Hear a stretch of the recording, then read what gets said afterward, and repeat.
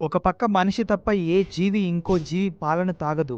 అందుకే మనం కూడా వేరే జంతువుల పాలను తాగడం మానేయాలి అని కొందరు సైంటిస్టులు అంటుంటే, మరికొందరేమో కొత్తగా ఏ జీవి పాలల్లో ఎక్కువ పోషకాలున్నాయి అని రీసెర్చ్‌లు చేస్తున్నారు. 2016లో ఒక స్టడీ జరిగింది. Journal of the international crystallographic union వాళ్ళు చేసిన ఆ స్టడీలో సైంటిస్టులు ఒక క్రియేచర్ మిల్క్‌ను టెస్ట్ చేశారు. ఆ రిపోర్ట్ ప్రకారం ఆవు, గేదె పాల కంటే ఈ పాలలో 3 రెట్లు ఎక్కువ క్యాలరీలు, అలాగే ప్రోటీన్స్, అమినో యాసిడ్స్, ఇంకా సెల్ రిపేర్‌కి హెల్ప్ అయ్యే చాలా పోషకాలున్నాయని తేలింది. సింపుల్‌గా చెప్పాలంటే ఇదొక సూపర్ ఫుడ్ అని ఆ సైంటిస్టులు అంటున్నారు. మరి ప్రాబ్లమ్ ఏంటి అంటే, ఈ పాలు మనుషులు తాగడానికి సెట్ అవుతాయని ఇంకా తేలలేదు.